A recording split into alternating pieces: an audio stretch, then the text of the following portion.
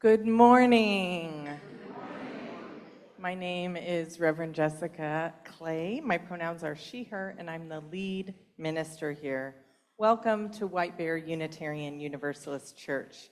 Here we gather under a wide theological tent with the values of love, interdependence, and transformation guiding our community. Good morning. My name is Nick Kaplan. My pronouns are they, them, and I am the interim director of religious education here at White Bear UU. Here we are empowered by love, rooted in sacred community, and committed to transformation. This mission is what moves us toward each other in this world that breaks our hearts. If you are visiting for the first time today, welcome. May you be met with deep welcome here. If you are visiting with children or youth today, know that they are welcome to stay with you in service or leave after the story to go to Kids Club, where we will be going outside today. If you have any questions about our children and youth programming, please reach out to me. Outside our sanctuary doors, you can also see how to get involved with children and youth in religious education. And hopefully, many of you saw an email already that registration for our fall programming has been sent out. We hope you get signed up soon. And if you are visiting us today and hope to learn more about our congregation, please meet a member of our Belonging and Community team. Thank you, Diane. By our fabric wall over here for a 12-minute info and tour session after the service today. Whether you are visiting for the first time or the 1,000th, welcome. We come here to bear witness to the joys and sorrows that life brings. If you have a joy or a sorrow to share today, you're invited to place it in the chat box if you're watching online, or write it on a slip of paper and place it in the bowl in our Soulworks Center before the opening hymn. In community news announcements, our church has a team of people working in collaboration with Monarca on ways our congregation can engage in democracy defense, both before and after the midterm elections. Next Sunday is the official launch of the WBUUC democracy defense efforts, and the details will be presented then. But you can get a sneak peek today by stopping by their table in the social hall. I encourage you to check it out. November will be here before we know it. In additional announcements, all are welcome to a community sing-along hosted by RAC. The Songs of Togetherness Community Sing is this Wednesday, August 26th, 6 p.m. in the sanctuary. Come for a fun time of low-stakes singing, harmony, and camaraderie. And next Sunday, who knows what I will be speaking about next Sunday? Who's excited about what should be a state holiday this Thursday? The opening of the state fair, it's true. I have received some state fair stories from you all, but I welcome more that may be included in the service next Sunday. Also, before the service, we are having our second summer pancake breakfast provided by our men's group. Thank you, men's group. So come at 8:30, enjoy pancakes and community, and stay for this service. Music this Sunday is provided by Harmonia. Thank you all so much for the gift of your music. There's a beautiful power in what you bring, and there is strength in the glorious song that you sing. Thank you all for singing us home this morning. We ask you to hold your applause until the end of the service as we make space for all that we are carrying to be present here today. Welcome to church this morning. Welcome to your spiritual home. We are so glad you are here.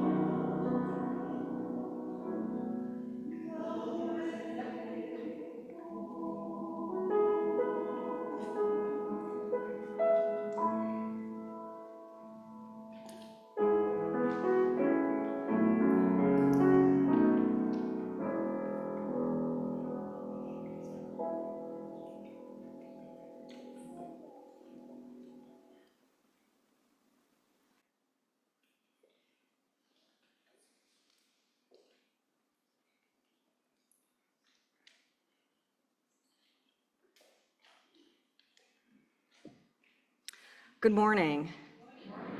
My name is Kristen Mayer, and my pronouns are she, her, and I'm a member of this congregation and a community minister affiliated with it. Come in. Come into this place which we make holy by our presence. Come in with all your vulnerabilities and strengths, fears and anxieties, loves and hopes. For here you need not hide, nor pretend, nor be anything other than who you are and who you are called to be.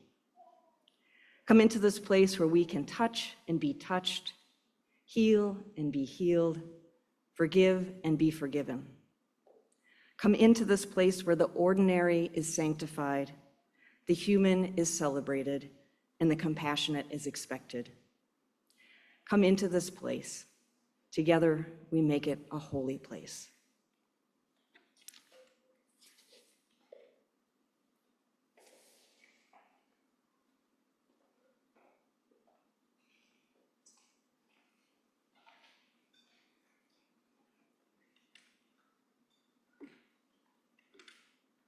Thank you so much for preaching for us today, Reverend Kristen. Reverend Kristen is one of our 3 affiliate community ministers, and what a gift they are to our congregation. One of the great joys of my life is growing things. Hope made physical in a seedling. Any of you feel like that? Yeah. Growing things is a way to mark time, and there's a special sort of satisfaction when tasting the delicious things that come out of my garden.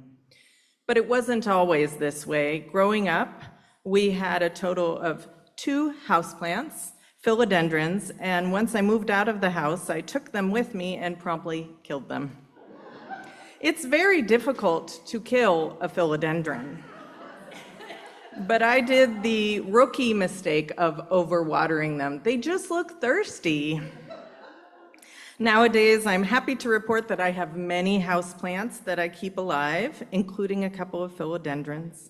I also have several raised beds in my backyard that I love to fill with plants from the Friends plant sale that happens in early May. Anyone in here a fan of that plant sale? I love it so much. The Friends plant sale is a marker for me of the start of summer. It's at the fairgrounds, and it is an event, like you're waiting 2-3 hours to buy plants, but it's an event. And there is a feeling in the air of community, of hope, and it's just palpable. It's so fascinating to hear why people are there for this one specific lily or something like that.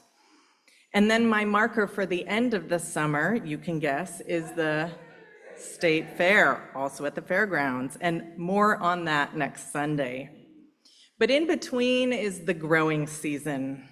It is, to use the words of our Earth Ministry team, ripe with noticing, cherishing, and protecting, a time of noticing possibility, cherishing everything that blooms into flowers and nourishment, and protecting this planet that provides for us.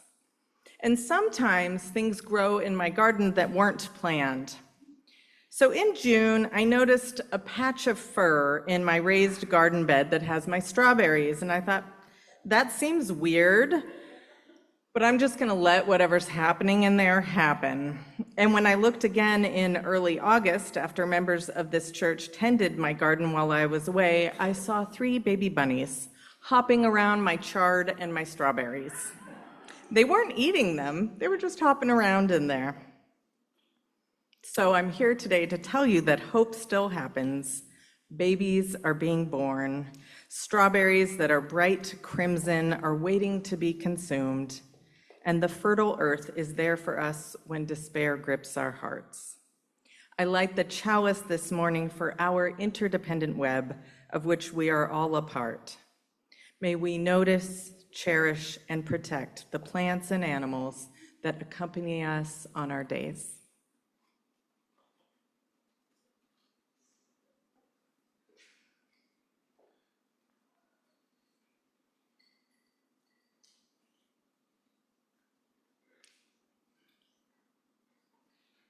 Will you join me in the opening words? Love is the spirit of this church, and service is its law.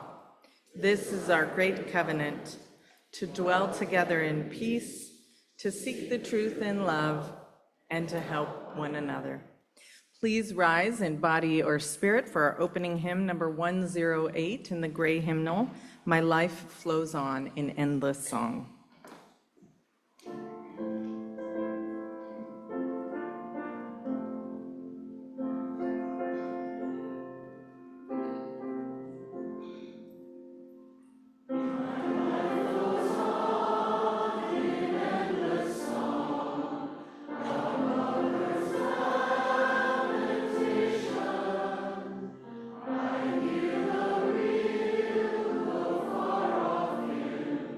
That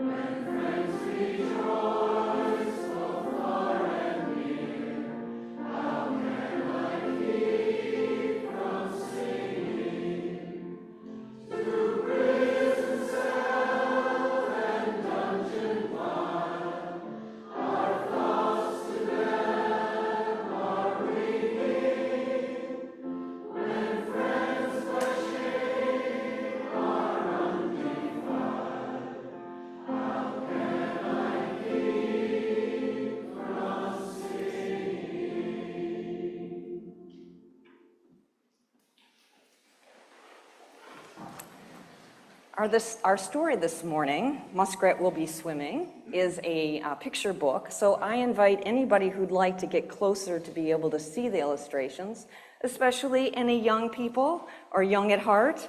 Please come on down now. They're worth seeing, I promise. And worth imagining if you're like, I'm not getting up there on that floor.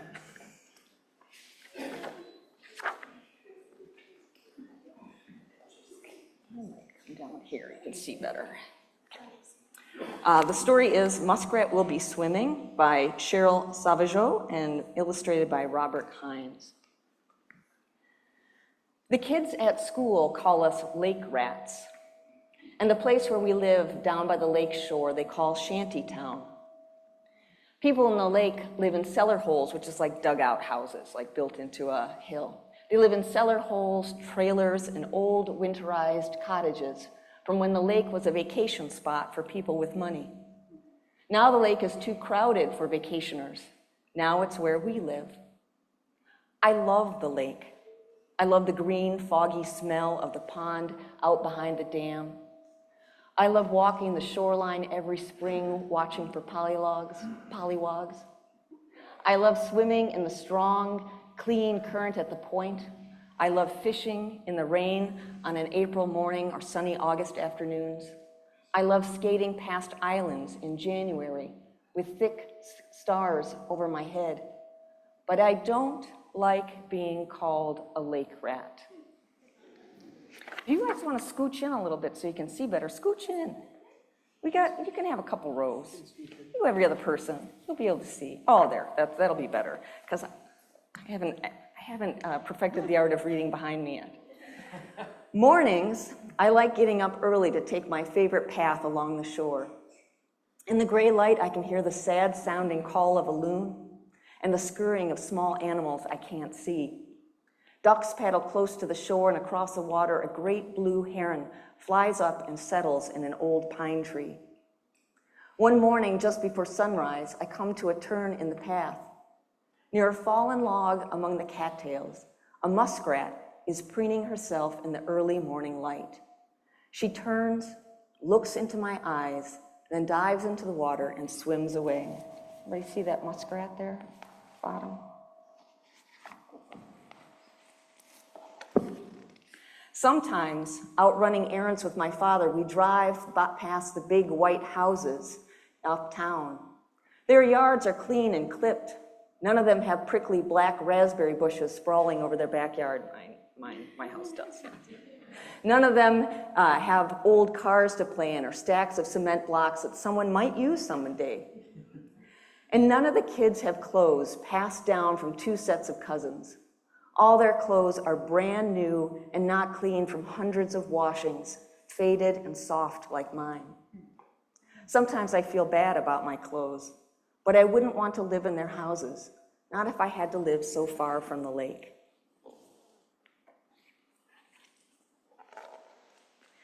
The truth is, I love the lake. That's why it makes me so mad they call us lake rats. Lake rats. What do they know anyway? I tried to tell them about the lake, what a great place it is to live. But they just laughed. We wouldn't want to swim in that water, they said to me.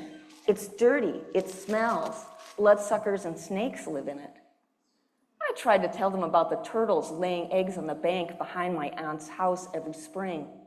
How gross, they said. I told them about the dragonflies in summer, the bright blues, greens and reds, and the long double-winged black ones with big eyes. You lake rats are crazy, they said. So I don't tell them about the fish we catch and eat at big fish fries midsummer under the stars. I figured they'd tell me food is supposed to come from the grocery store. So I just get quiet and don't say anything. One night after supper, Grandpa notices me moping around. What's the matter, Jeannie? He asks me. What's got you so down? Lake rats, I tell him. Lake rats, he asks. What are lake rats? Lake rats, that's what the kids in school call us. Oh, I see. Grandpa sits down next to me on the stair. Makes you feel kind of bad, huh? I just nod my head. Come on, take a walk with me, he says. I follow him down the path to the place where the pond lilies grow the thickest. As we get closest, we hear the bullfrogs' low voices and the higher voices of the green frogs. We find a place to sit on an old log, and with their dog, too. That's important. Listen to those frogs, Grandpa says. We both listen for a while, and I almost forget about the lake rats thing. Then Grandpa says, when I was a kid, they called us frogs. That's because we're part French and Indian, that's us. I don't know what frogs have to do with that, but that's what they called us, frogs. Thought they'd hurt our feelings. Some people do that. When they want to make you feel bad, they compare you to an animal. We don't think that way.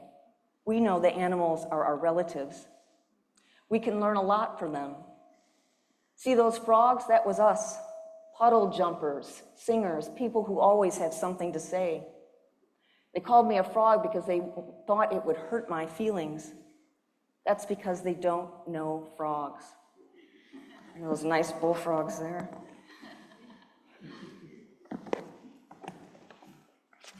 I think about what he says and I listen to the frogs. Finally, I say, I wouldn't mind being a frog like you, but Grandpa, they call us lake rats. I don't want to be called a lake rat. Well, what exactly is a lake rat anyway, Grandpa asks. I don't know, but it sure sounds bad. That's because you haven't thought about it. Now let's think about lake rats. Those kids who call you lake rat don't know about the lake the way you do. What kind of animal could it be, the lake rat? I think with Grandpa for a while, and suddenly see in my mind the muskrat preening herself in the water, just as I'd seen her early one morning. A muskrat, Grandpa, I say. And at my words, I see the muskrat turn, look into my eyes, and then dive into the water with hardly a ripple. That must be it, Grandpa says. Now, muskrat is small but important. It was muskrat, remember, who brought the earth up from the bottom of the water and put it on Turtle's back. As Grandpa speaks, I remember him telling stories around the wood stove. That's what this picture is, if you're wondering how they got to be cold all of a sudden in August. So while we drank hot cocoa and wrapped ourselves in warm quilts and the snow piled up outside. And this is the story he told. So it's a little story in a story. A long, long time ago, the world was very different. There was water as far as you could see in every direction. Only fish and water animals could live in this world.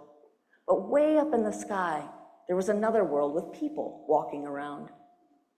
There was a big tree in the middle of the sky world with 4 white roots growing in 4 directions.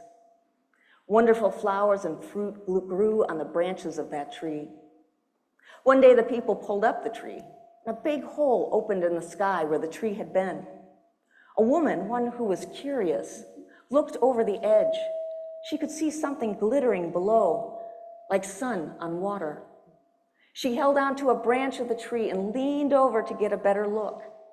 And suddenly, the branch broke, and the woman fell down through the hole in the sky.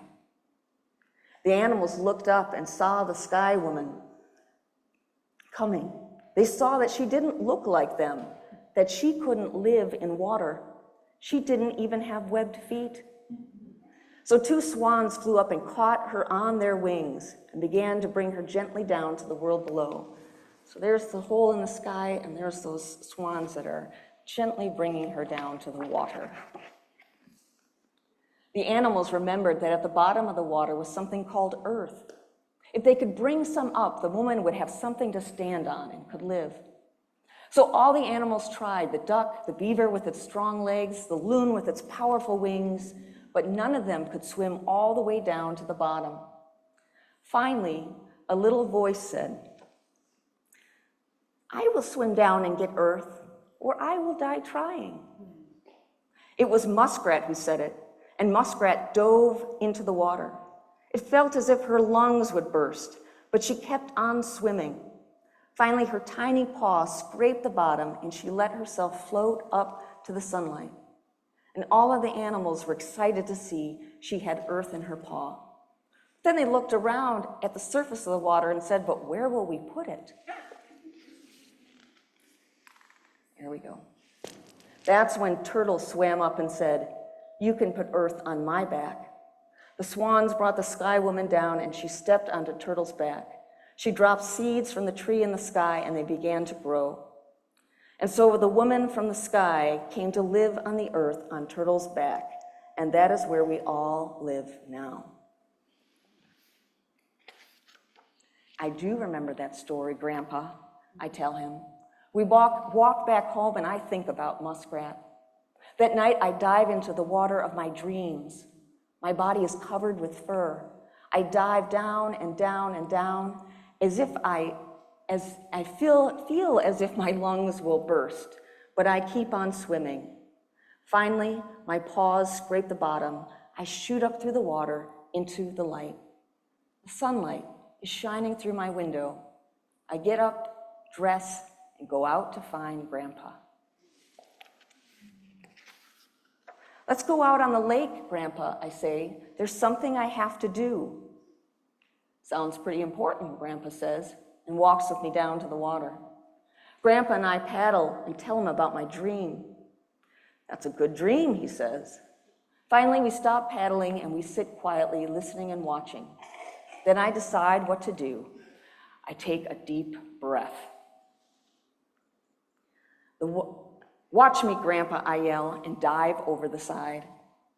The water is cold, but I swim down and down, just like in my dream. I feel as if my lungs will burst, but I know I can do it. I kick as hard as I can, and finally my hands scrape the bottom and close over the soft mud. I turn, push off from the bottom, and swim back into the light. Grandpa is watching me over the side of the canoe. He reaches out to pull me in, and I put the earth into his hand. He places the wet earth carefully on the seat, then helps me into the canoe.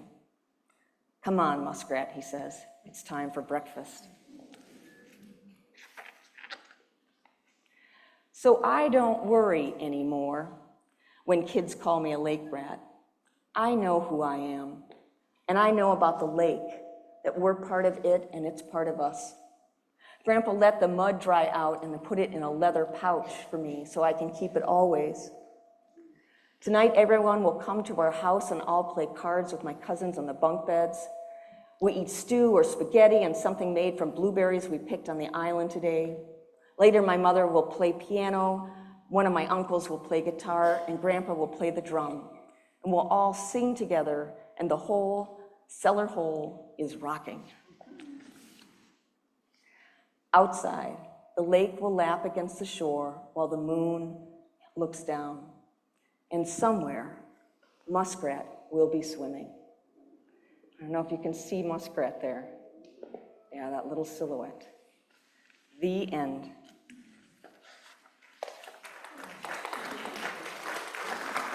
One more little picture of that bullfrog. Please join me in singing Go Lift It Up as our kids go off to Kids Club and outside into the natural world, which is just perfect.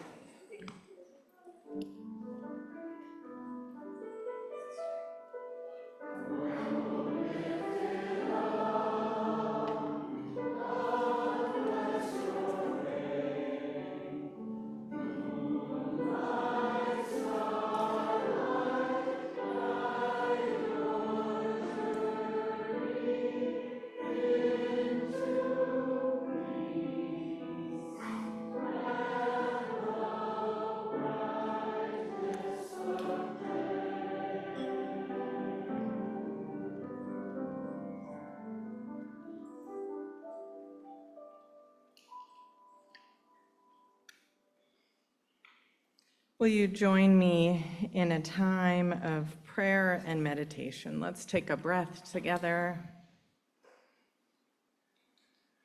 I invite you to cast your eyes down or close them or look out onto the natural world out our beautiful windows as we breathe in this space together.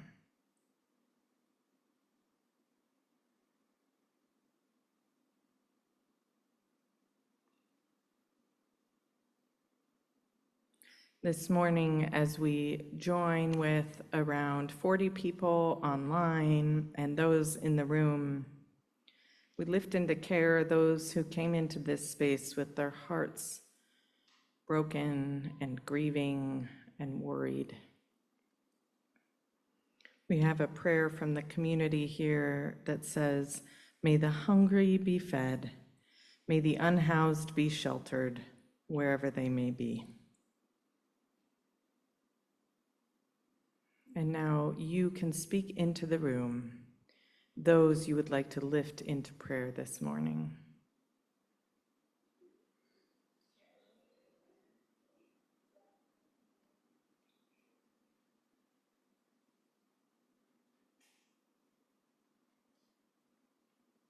May we remember ourselves to be connected to these beloveds. May they feel held in a circle of care and love.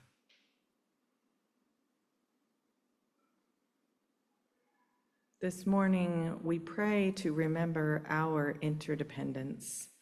We pray that we remember we are all connected and responsible for each other, that we are connected to this planet, to the muskrat who is swimming down, taking a handful of earth, to the turtle who took the earth on its back,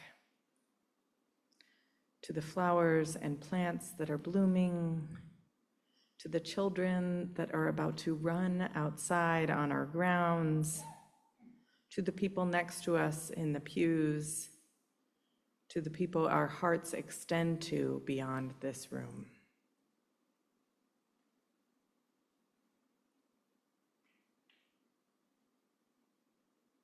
As we breathe in and out that interdependence, interconnectedness,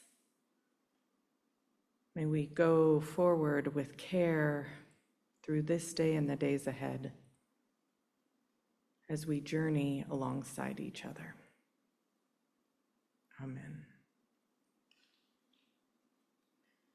Please join me in singing hymn number 1009 in the teal hymnal. We will sing it seated. And you can sing whatever part you would like. I'm going to go through all three.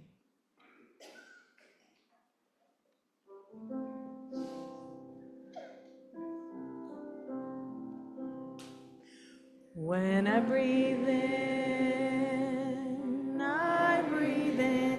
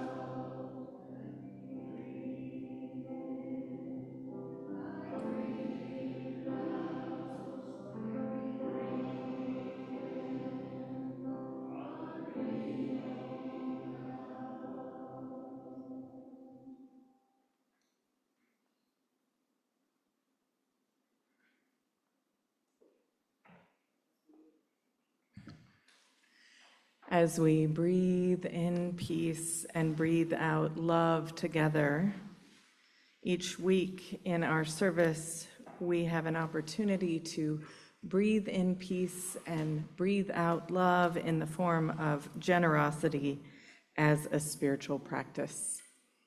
Some weeks, our offertory goes out the door to an organization selected by our Social Action Committee, and some weeks it goes to support the mission of this congregation. This is one of those weeks. We ask you to give as generously as you are able And if you are not able to give today, may you still know yourself to be welcome and beloved here. The offertory will now be gratefully received.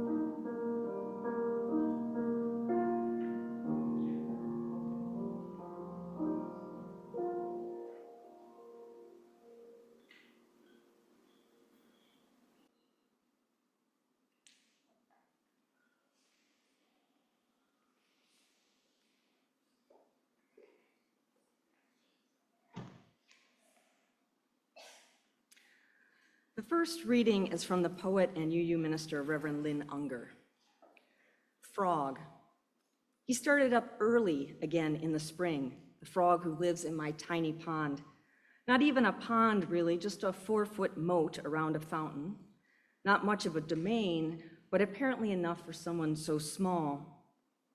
All spring, all summer, he kept up his chant, louder when the dogs barked or the lawnmower roared. I don't know if he was declaring his right to this bit of the world or if he was looking for love. I suppose, like the rest of us, a bit of both. All I know is that I love this scrap of a being who is so determined not to let it go. Blessed are the small and indomitable and unremittingly loud.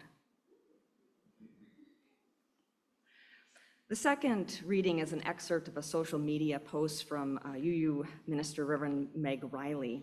And this post was written shortly after a certain election in 2016, and I continue to find it quite relevant. Like many of you, I find it easy to spiral down the drain and my thoughts to go 100% negative. So here's some of my self-talk to get up again. I'd love to hear yours. Every day I say to myself, the majority of people did not vote for this. This is literally true, and knowing it helps me. Every day I say to myself, marginalized and oppressed people have done impossible things over and over again. At great cost, yes, but with determination and courage. Every day I say to myself, the genie cannot be put back in the bottle.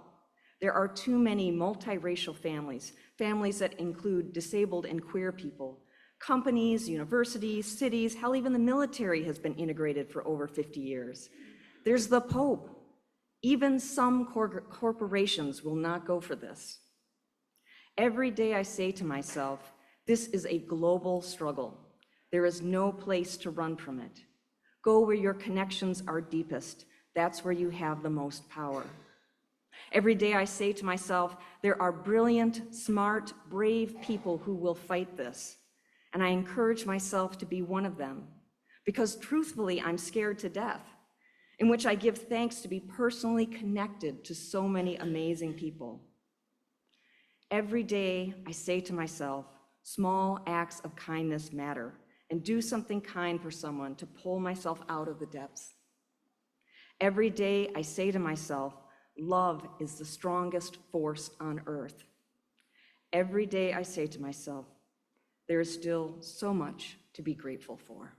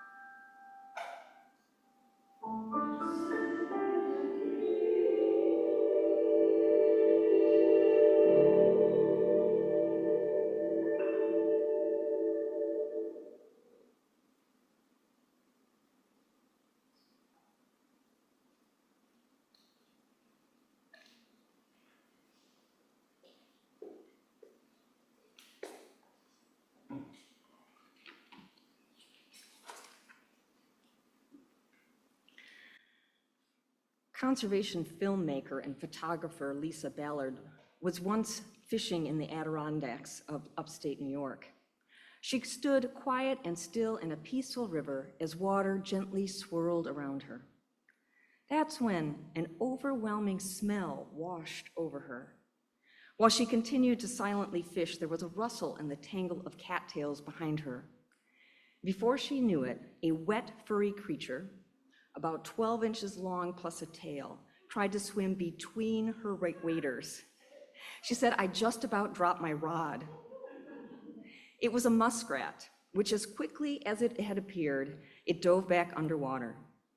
She waited a while, watching for where it would resurface. After 10 minutes, she gave up, cast her line again, and then finally, the head popped up. That little mammal had been submerged for more than 10 minutes. She watched it move on, and as stinky as it had been, she felt very grateful to have seen that creature close up. The muskrat is named in part for the strong musk odor that the semi-aquatic mammal uses to mark territory and beckon potential mates. It is not a rat, however, but more closely related to a vole or a lemming. And maybe you've seen a muskrat going about its life in the wetlands of Minnesota. A lot of people do not recognize the muskrat. They see the brown head swimming in the lake and immediately think it's a beaver. And some people are disappointed when they realize it's not. And after all, beavers are cool animals. They have that distinctive wide tail that they use to thwap the water for when signaling of predators or danger. They build giant lodges that can be up to 6.5 feet tall, and they build dams that create ponds and habitats for countless creatures. Beavers are cool. But I would not discount the humble muskrat. Muskrats are also very cool creatures.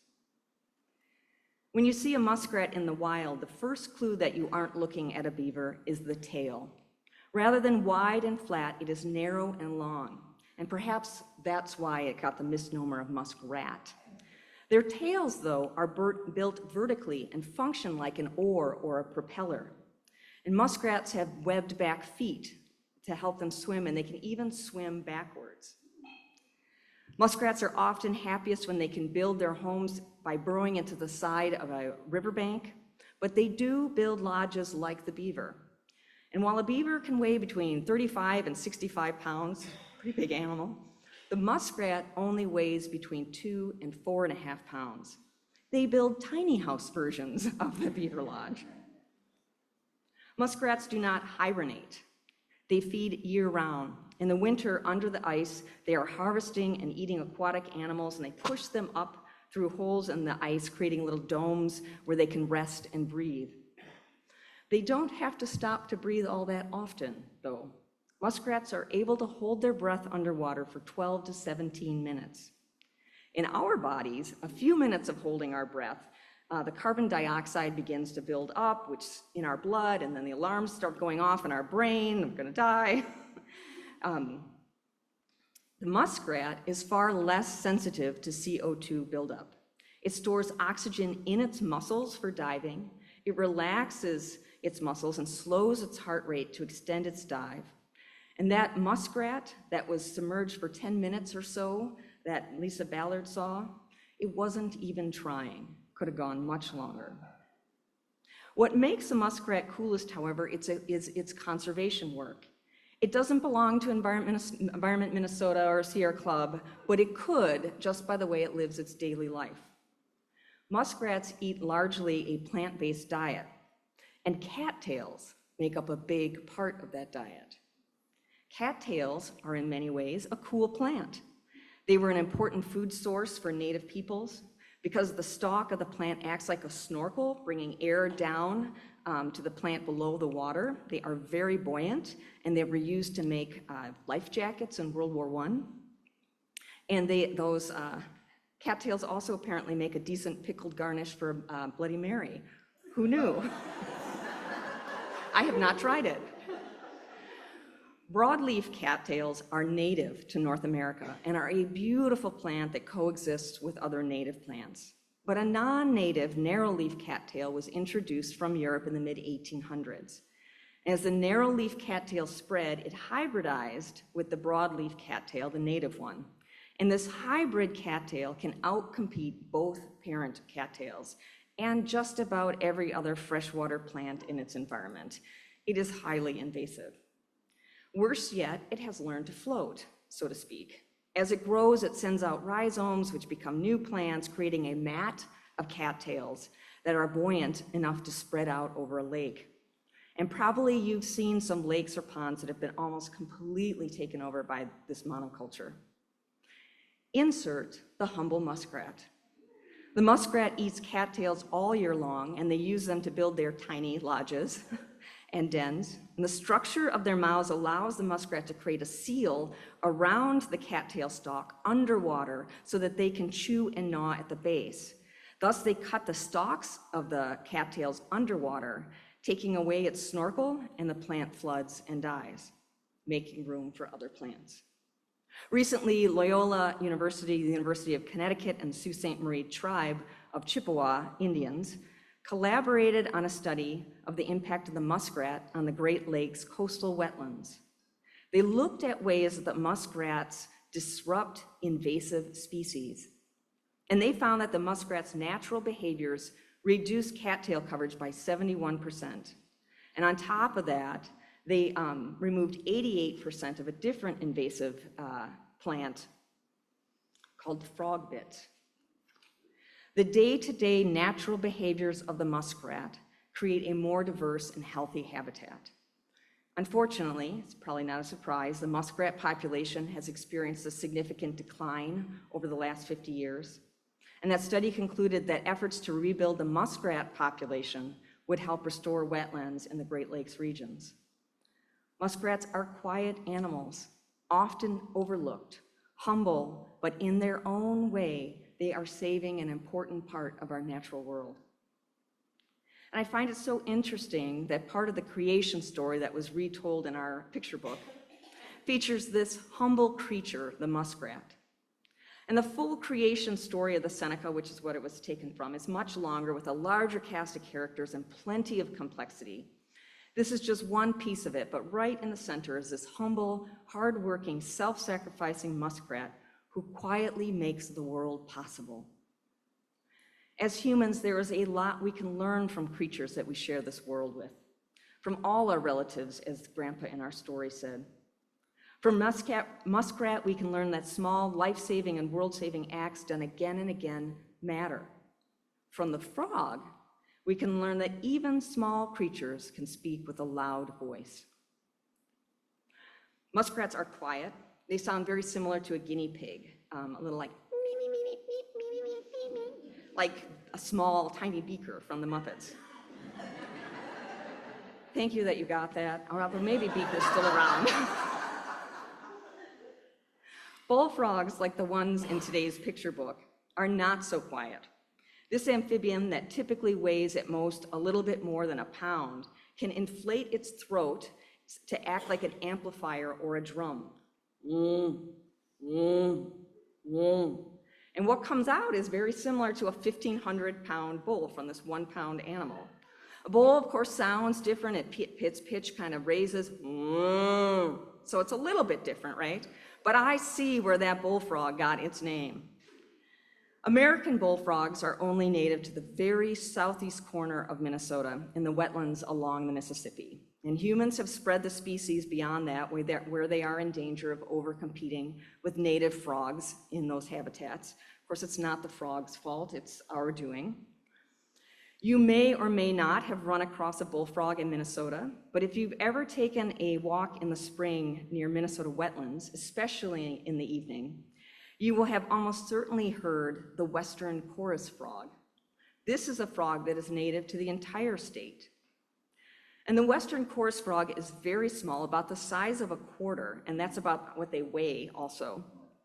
Tiny, but these frogs can also puff out their throats when they are calling, creating an amplifier that resonates their creaky trill far and wide. And this one's harder to do. And I'll step away from my phone, but it's a little like if you had a very high-pitched big comb that you ran your finger across, it kind of, high-pitched comb that you ran your finger across. It would be like a creaky trill, like a...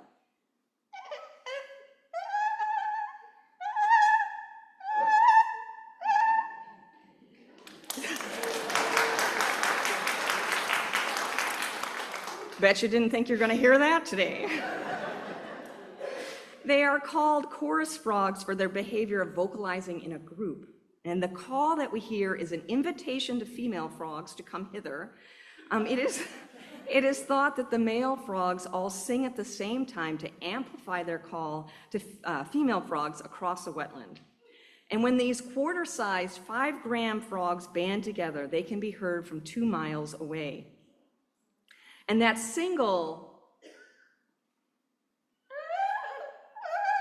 when it joins together with many others, becomes this curtain of sound, which you've probably heard, like,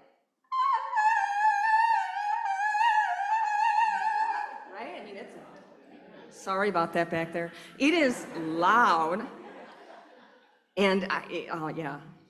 Like many frogs, western chorus frogs are an indicator species. With permeable skin submerged in the water, they easily absorb pollutants. And frogs are particularly sensitive to their environment, and with their short life cycles, we see things like the impact of climate change or pollution in a very short period of time. There are other ways that frogs, including the western chorus frog, are remarkably resilient. Frogs are cold-blooded.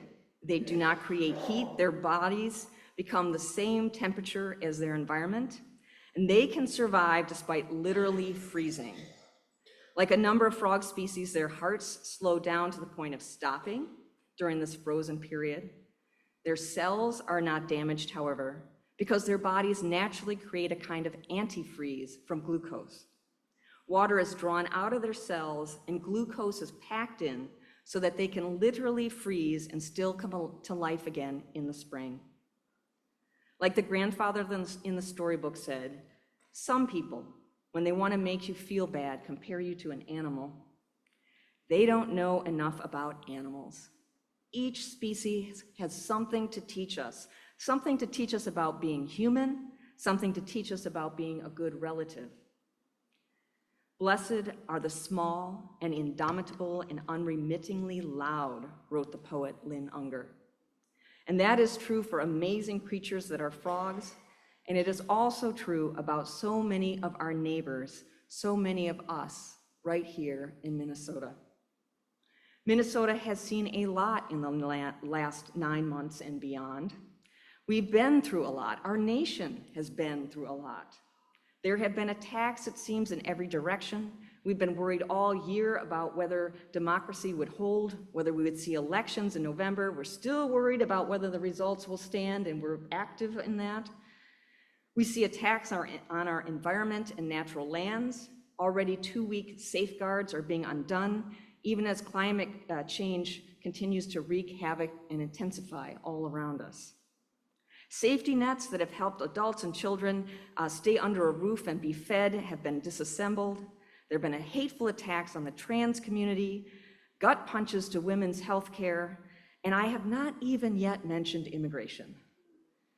As Meg Riley wrote, it's easy to spiral down the drain and thoughts to go 100% negative. But then there have been these small and indomitable and unremittingly loud voices among us. We watched as masked federal agents grabbed anyone who they perceived to be a non-citizen, including Native Americans, some of them homeless. I mean, really. They took them from their communities, their families, without due process, and too often with violence. But we also watched as ordinary citizens, with only the power of their voices and their presence, blow on whistles and honk car horns, forming a chorus of concerned, brave witnesses. Again and again, one single whistle, joined by other whistles, became a curtain of sound, trilling through the streets of Minneapolis and St. Paul and across the Twin Cities. Now, not everyone is like the very brave western chorus frog. Can you imagine being that small and telling everybody, all your predators, where you are? Not everyone is like the very brave western chorus frog. Some folks pitched in ways similar to the quiet muskrat. Many of us got connected, including through this church, with mutual aid efforts. We donated food and money, we delivered groceries, we stood outside elementary schools and our own churches with bright vests to show we were there to watch and warn and protect with our whistles ready. We drove people to work who no longer felt safe or were no longer safe, taking a bus or even their own car. And we showed up in the cold, en masse, our individual voices joining together into a giant chorus of Minnesotans saying and singing, "Enough is enough."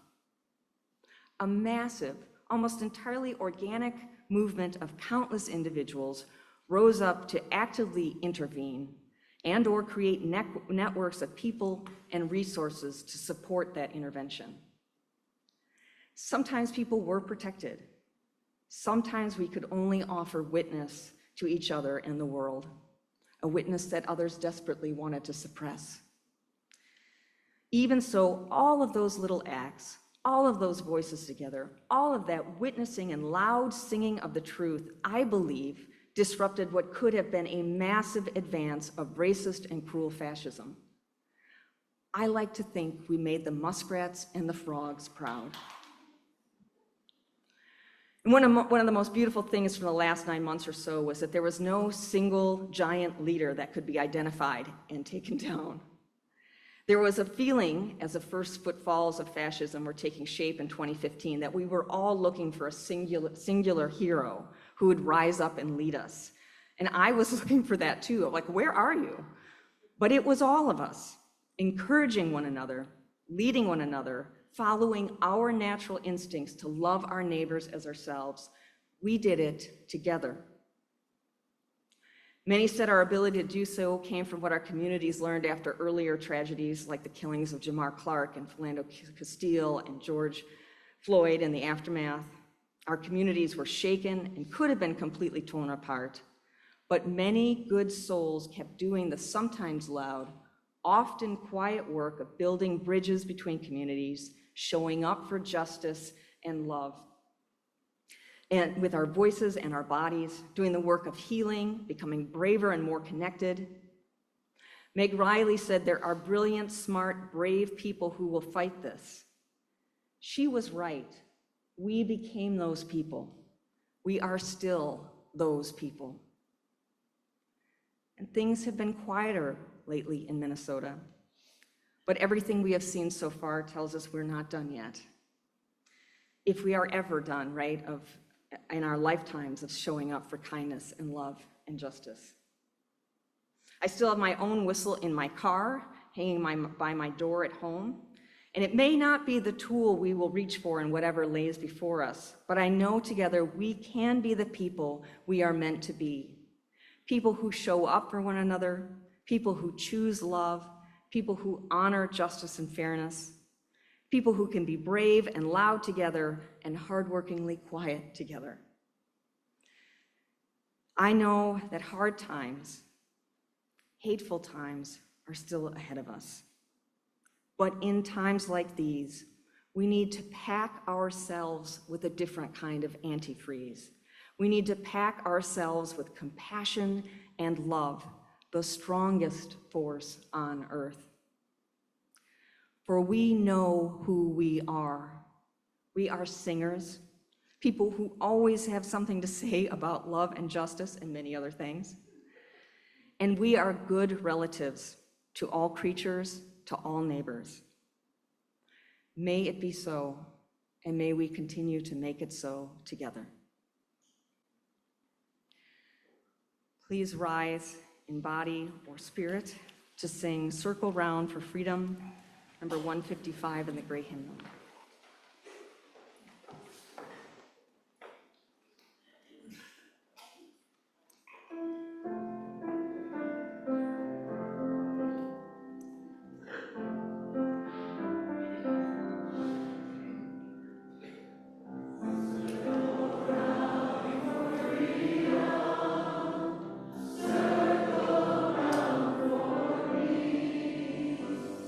All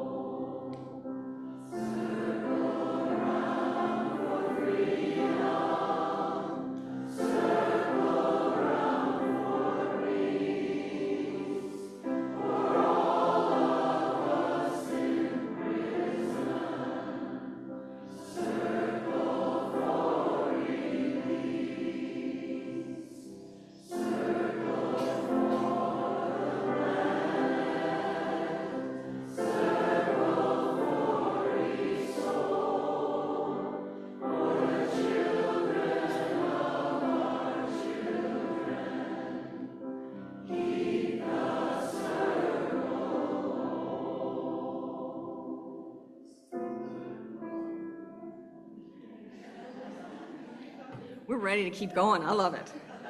Please stay standing for the closing words. As you go out from this sanctuary, may you know who you are.